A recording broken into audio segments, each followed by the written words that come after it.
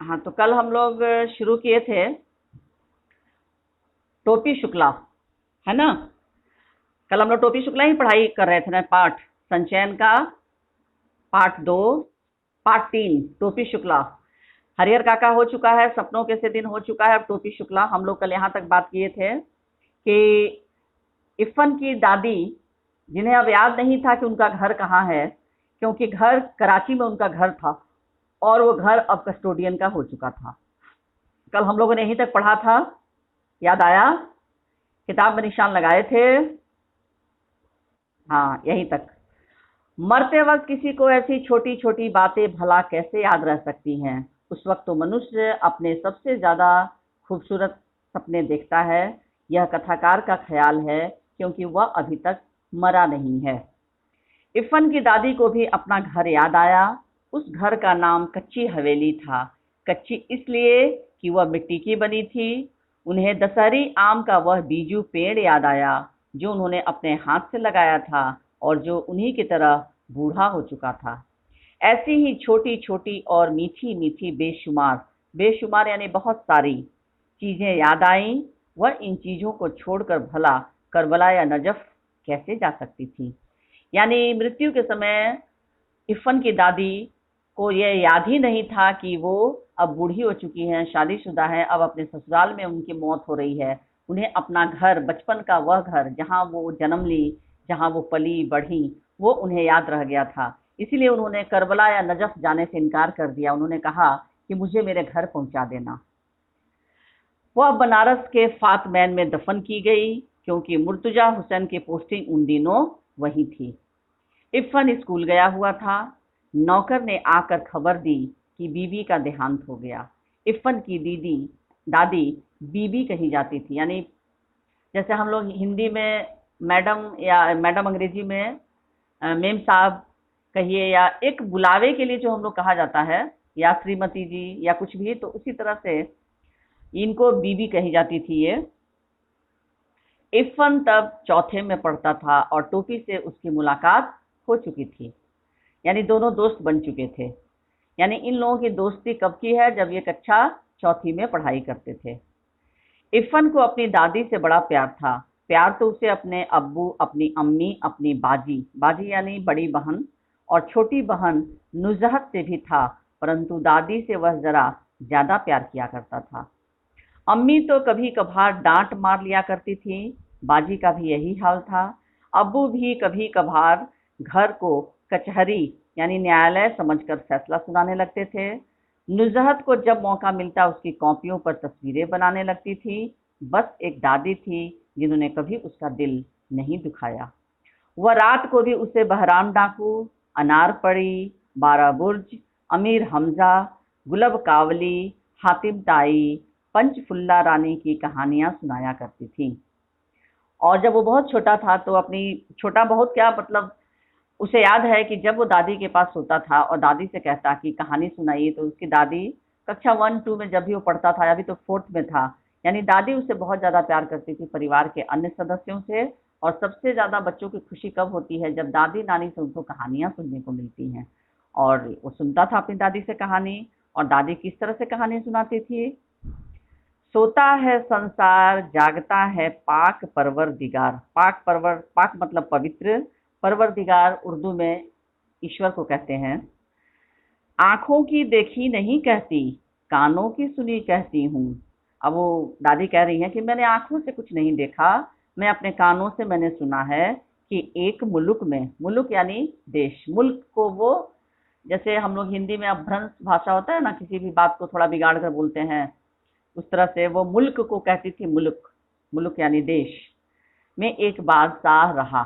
बस यहाँ तक जैसे उनकी कहानी पहुंचती, दादी की भाषा पर वह कभी नहीं मुस्कुराया। उसे तो उसे तो अच्छी भली लगती थी, परंतु अब्बू नहीं बोलने देते थे। और जब वह दादी से इसकी शिकायत करता तो वह हंस पड़ती। यानी वो दादी की भाषा को सुनता था, कभी मुस्कुराता भी नहीं था। उसे दादी की बोली, दादी की भाषा बड़ी अच्छी लगती थी, लेकिन उसके पिता उसको ये भाषा नहीं बोलने देते थे। और जब वो दादी से कहता इस तरह की बात, दादी से शिकायत करता, तो दादी कहती, मोरा का है बेटा, अनपढ़ गंवारन की बोली तू काहे के बोले लग्यो, तू अपने अब्बा की ही बोली बोलाओ। अब दादी से जब वो कहता कि दादी, मैं आपकी बात जब आपकी तरह बोलने की कोशिश करता हूँ तो अब्बा मुझे डांटते हैं। तो दादी कहती कि ठीक ही तो कहता है, तुम भला मुझ जैसे अनपढ़ गंवारन की बोली क्यों बोलोगे, तुम अपने अब्बा की बोली बोलो। बात खत्म हो जाती और फिर कहानी शुरू हो जाती। तब दादी फिर कैसे शुरू करती कहानी, त ऊ बादशाह का किहिस कि तुरंते एक ठो हिरन मार लियावा। यही बोली टोपी के दिल में उतर गई थी। यानी दादी की ये बोली टोपी को बहुत अच्छी लगती थी। इफ़न की दादी उसे अपनी माँ की पार्टी की दिखाई दी। माँ की पार्टी की दिखाई दी का मतलब बताइए कोई। नहीं बेटा, इफ़न की दादी की जो भाषा थी, पूर्वी बोली जो बोलती थी, वही बोली टोपी की माँ भी बोलती थी उसी तरह। तो इसीलिए वो सोचने लगा कि मेरी माँ भी तो इसी तरह की ही बोली बोलती है जिस तरह से इफ़न की दादी बोलती हैं। इसीलिए वो दोनों एक ही पार्टी की लगी। अपनी दादी से तो उसे नफरत थी, नफरत। किसे? टोपी को। जाने कैसी भाषा बोलती थी। इफ़न के अब्बू और उसकी भाषा एक थी। यानी इफ़न के अब्बू भी हिंदी बोलते थे और टोपी की दादी भी वैसे ही बोलती थी। और यहाँ इफ़न की दादी जैसे बोलती थी जिस बोली को, वही बोली टोपी की माँ बोलती थी। तो टोपी की माँ और इफ़न की दादी एक जैसे लगते थे और इफ़न की के पिता और इसके टोपी की दादी एक लगते थे, क्योंकि दोनों की बोली एक थी। वह जब इफ़न के घर जाता तो उसकी दादी ही के पास बैठने की कोशिश करता। यानी इफ़न के घर जब जाता टोपी शुक्ला, तो उसे उसकी कोशिश क्या होती थी कि वह परिवार के अन्य सदस्यों के पास न जाए और उन लोगों को देखते ही कतरा कर भागने लगता था। उसकी कोशिश यही होती थी कि किसी तरह से दादी के पास पहुंच जाए और दादी के पास बैठकर बातें करे। क्योंकि अक्सर होता क्या है कि परिवार में जो सबसे ज़्यादा प्यार करता है, वो बच्चे जो हैं उन्हीं के पास जाना चाहते हैं। तो वो कोशिश करता था। इफ़न की अम्मी और बाजी से वह बातचीत करने की कभी कोशिश ही न करता। वे दोनों अलबत्ता अलबत्ता मतलब बल्कि उसकी बोली पर हंसने के लिए उसे छेड़ती, परंतु जब बात बढ़ने लगती तो दादी बीच बचाव करवा देती। क्योंकि टोपी भी उन्हीं लोगों की बोली बोलने लगा था, इफ़न की दादी की तरह और अपनी माँ की तरह। तो ये सुनने के लिए इफ़न के घर जब जाता तो इफ़न की दादी और उसकी माँ और उसकी बड़ी बहन जानबूझकर छेड़ती थी। किसको? टोपी को। क्योंकि टोपी के मुंह से उस तरह की पूर्वी बोली की हिंदी सुनना बहुत भाषा, ये जो दादी की भाषा वो बोलता था, तो सुनना उन लोगों को बहुत अच्छा लगता था, इसलिए जानबूझकर लोग छेड़ती थी। और जब बहुत बात बढ़ जाती तो दादी को आकर इफ़न की दादी को बीच बचाव करना पड़ता। और क्या कहती थी, तय काहे को जाथे उन सबन के पास, मुंह पिटावे को झाड़ू मारे, चल इधर आ। अब दादी आकर कहती है अपनी भाषा में कि तुम उन लोगों के पास क्यों जाते हो मुंह जवान लड़ाने, बात करने, कि उन लोगों को मुंह में झाड़ू मारे, चलो इधर आओ। वह डांट कर कहती, परंतु हर शब्द शक्कर का खिलौना बन जाता, अमावट बन जाता। अमावट यानी आम, पके हुए आम को सुखाकर जो बनाई जाती है ना, अमावट। वो तिलवा बन जाता। तिलवा यानी तिल का लड्डू। और वह चुपचाप उनके पास चला जाता। यानी दादी के मुंह से एक एक निकली हुई जो शब्द जो थे, वो उसको अमावट और तिल के लड्डू के समान मीठे और खट्टे लगते। इतना वो दादी की बोली को पसंद करता। और फिर वो चुपचाप दादी के पास जाकर बैठ जाता। और दादी शुरू कहाँ से करती है अपनी बात, तोरी अम्मा का कर रही, यानी तुम्हारी अम्मा घर में अभी क्या कर रही हैं। पहले तो वह चकरा जाता कि यह अम्मा क्या होता है। फिर वह समझ गया कि माता जी को कहते हैं। वो समझ गया टोपी कि माँ को अम्मा कहते हैं। यह शब्द उसे अच्छा लगा, अम्मा। वह इस शब्द को गुड़ की डली की तरह चुभलाता रहा। जिस तरह से मुंह में छोटा सा गुड़ का टुकड़ा टुकड़ा कोई रख के उसको चूसता रहता है, ठीक इसी तरह टोपी के भी मुंह में अम्मा शब्द बहुत अच्छा लगा। और वह बोलने लगा बैठकर अकेले में ही, अम्मा, अब्बू, बाजी। क्योंकि वो इफ़न मुस्लिम परिवार का बच्चा था और वो ये सारे शब्द जो थे वो मुस्लिम शब्द थे, उर्दू शब्द थे। और फिर ये सारी बातें टोपी को बड़ी अच्छी लगी। और एक दिन गजब हो गया। डॉक्टर भृगु नारायण शुक्ला नीले तेल वाले के घर में भी 20वीं सदी प्रवेश कर चुकी थी। यानी खाना मेज कुर्सी पर होता था, लगती तो थालियां ही थी परंतु चौके पर नहीं। लेकिन ये जबकि कहानी है, उस समय लोग डाइनिंग टेबल पर खाना नहीं खाते थे, लेकिन टोपी शुक्ला के घर में सब लोग डाइनिंग टेबल पर बैठकर खाना खाते थे, चौके पर नहीं। उस दिन ऐसा हुआ कि बैंगन का भुर्ता उसे जरा ज्यादा अच्छा लगा। राम दुलारी खाना परोस रही थी। राम दुलारी कौन थी? क्या इस पाठ को पढ़े हो तुम लोग? राम दुलारी, यहाँ जो बात की जा रही चर्चा, वो कौन थी राम दुलारी? कोई बता सकता है? हाँ? नहीं, राम दुलारी खाना परोस रही थी। राम दुलारी टोपी की माँ का नाम था। टोपी ने कहा, अम्मी जरा बैगन का भुर्ता। अम्मी, मेज पर जितने हाथ थे रुक गए। सब लोग खाना खा रहे थे, वो सारे हाथ थाली में ही रुक गए। जितनी आंखें थी वो टोपी के चेहरे पर जम गई। क्यों बताइए?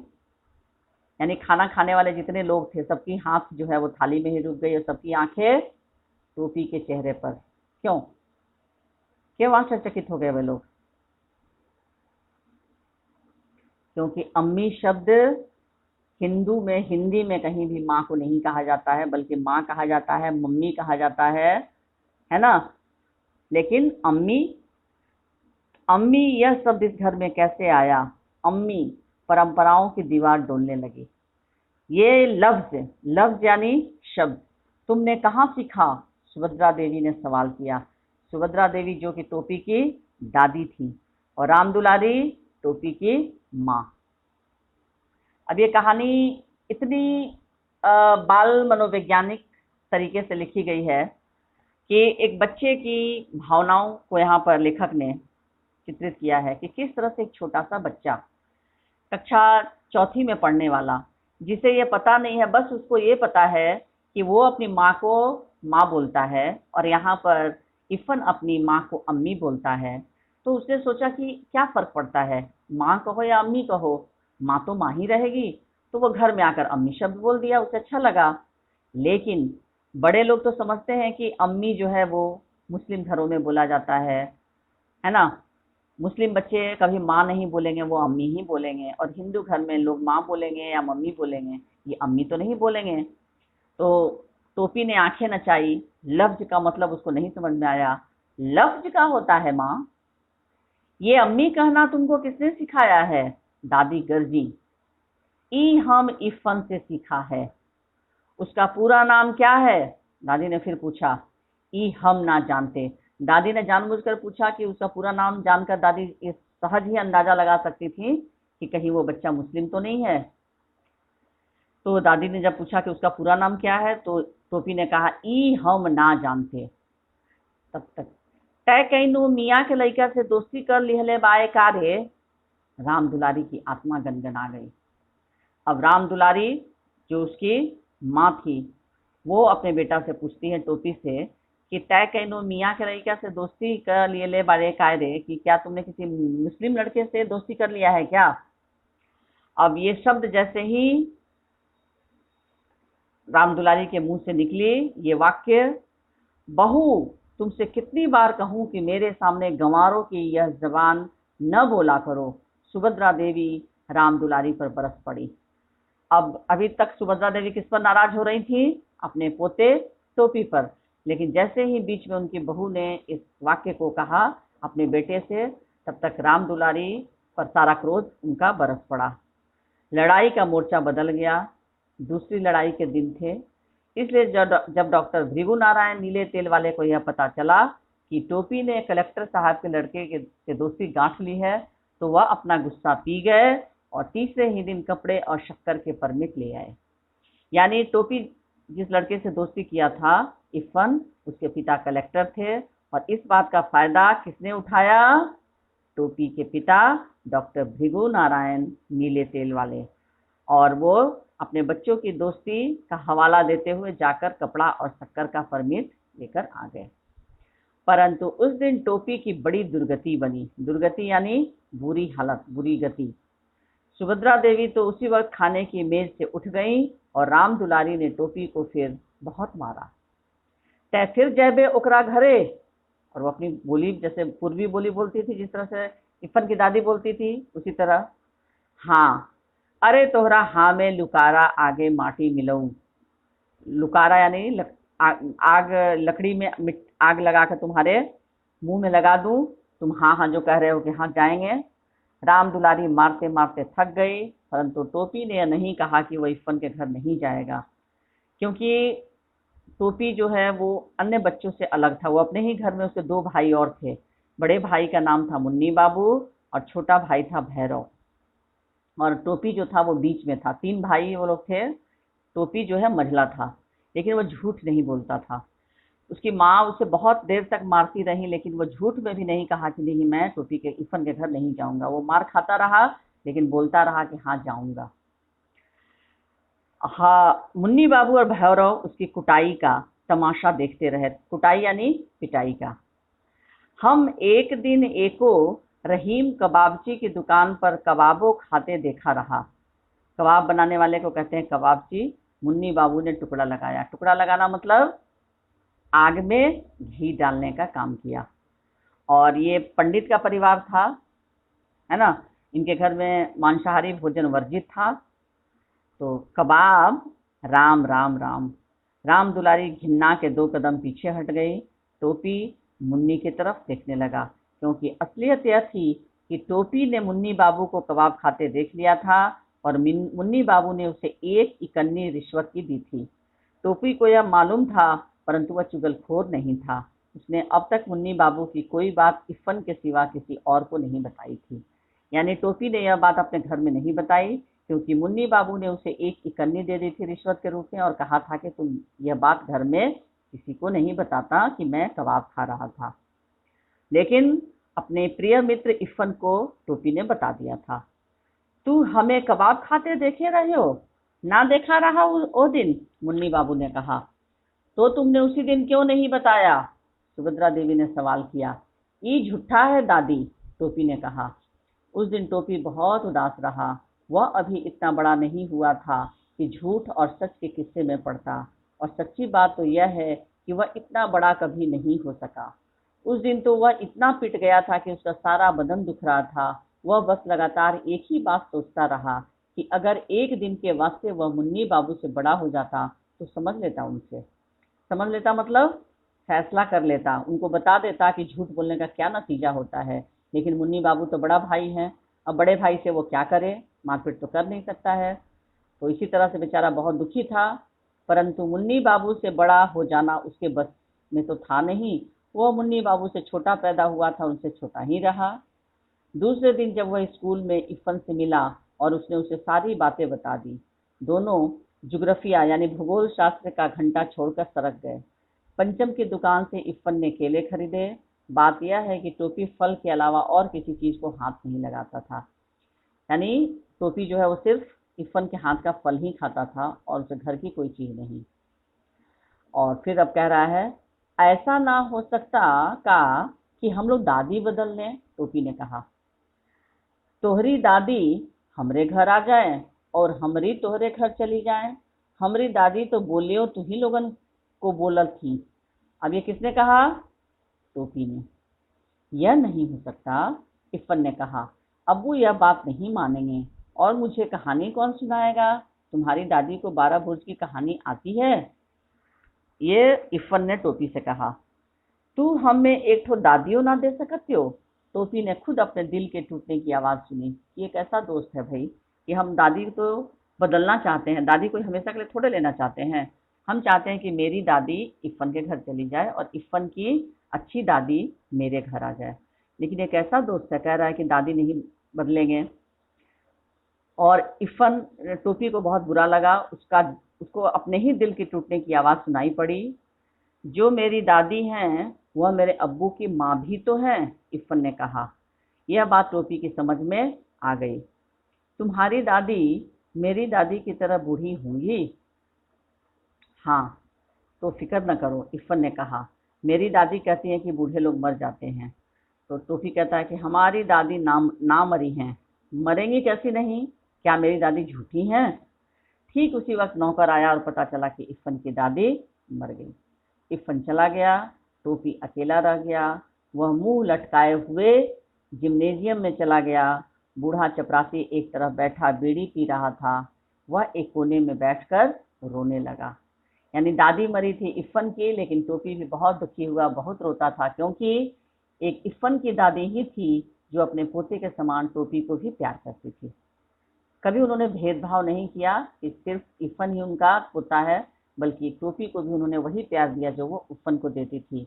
और इसीलिए जब टोपी ने सुना कि इफ़न की दादी इस दुनिया से चली गई तो बहुत दुखी हुआ कि एक वही तो थी जो उसे प्यार करती थी, बाकी तो उसके घर में कभी किसी से प्यार मिलता ही नहीं था, क्योंकि उसकी दादी सुभद्रा देवी हमेशा डांटती फटकारती रहती थी, उसकी माँ राम दुलारी हमेशा मारती रहती थी, और दोनों भाई हमेशा उसकी चुगली किया करते थे। इस तरह से शाम को वह इफ़न के घर गया तो वहां सन्नाटा था, घर भरा हुआ था। रोज जितने लोग हुआ करते थे उससे ज्यादा ही लोग थे, क्योंकि बाकी सब बहुत लोग मातम पुरसी के लिए आए हुए थे, परंतु एक दादी के न होने से टोपी के लिए घर खाली हो चुका था, जबकि उसे दादी का नाम तक नहीं मालूम था। उसने दादी के हजार कहने के बाद भी उनके हाथ की कोई चीज नहीं खाई थी। प्रेम इन बातों का पाबंद नहीं होता। दादी बहुत चाहती थी कि टोपी उनके हाथ का कोई चीज खाए, लेकिन टोपी नहीं खाता था। टोपी और दादी में एक ऐसा ही संबंध हो चुका था, क्योंकि वो संबंध सिर्फ प्रेम की भाषा को समझता था, कोई खान पान महत्व नहीं रखता था। इफ़न के दादा जीवित होते तो वह भी इस संबंध को बिल्कुल उसी तरह न समझ पाते जैसे टोपी के घर वाले न समझ पाए। टोपी के घर वाले कभी भी इस बात को नहीं सोचे, न समझ पाए कि आखिर इतना छोटा सा बच्चा अपने घर से ज्यादा, अपनी दादी से ज्यादा किसी दूसरे की दादी को पसंद करता है, दूसरे के घर जाकर बैठना चाहता है, आखिर क्यों? ये कभी टोपी के घर वाले न समझने की कोशिश किए, न कभी समझ पाए। दोनों अलग अलग अधूरे थे, एक ने दूसरे को पूरा कर दिया था। दोनों प्यासे थे, एक ने दूसरे की प्यास बुझा दी थी। दोनों अपने घरों में अजनबी और भरे घर में अकेले थे। यानी इफ़न की दादी को भी घर में, ठीक है, घर में उनका भरा पूरा परिवार था, लेकिन फिर भी उनको भी घर में वो इज्जत और वो प्यार नहीं मिल पाता था जो मिलना चाहिए। और ठीक यही स्थिति टोपी की भी अपने घर में थी। एक 72 बरस की थी और दूसरा 8 साल का। यानी टोपी की, इफ़न की जो दादी थी उनकी आयु थी 72 ईयर्स, 72 साल की, और टोपी कितने साल का था? 8 साल का। तोरी दादी की जगह हमारी दादी मर गई होती तो ठीक भया होता। टोपी ने इफ़न को पुरसा दिया। पुरसा देना मतलब सांत्वना देना, ढांढस बंधाना। यानी मरने के समय जो लोग पुरसा देते हैं, ढांढस बंधाते हैं, तो वो टोपी जो है इफ़न से कहता है कि कितना अच्छा होता तुम्हारी दादी की जगह यदि मेरी दादी मर गई होती। इफ़न ने कोई जवाब नहीं दिया, उसे इस बात का जवाब आता भी नहीं था। दोनों दोस्त चुपचाप रोने लगे। टोपी ने 10 अक्टूबर सन 45 को कसम खाई। अब ये टोपी के जीवन में ये 10 अक्टूबर सन 45 का दिन बहुत महत्वपूर्ण था, क्योंकि अब वह किसी ऐसे लड़के से दोस्ती नहीं करेगा जिसका बाप ऐसी नौकरी करता हो जिसमें बदली नहीं होती रहती है, यानी ट्रांसफरेबल जॉब। ये टोपी ने गांठ बांध ली, टोपी ने कसम खा ली कि अब किसी ऐसे लड़के से दोस्ती नहीं करेगा जिसके पिता का तबादला होने वाला नौकरी होगा, क्योंकि इफ़न के पिता का तबादला दूसरे शहर में हो गया। 10 अक्टूबर सन 45 का यूं तो कोई महत्व नहीं, परंतु टोपी के आत्म इतिहास में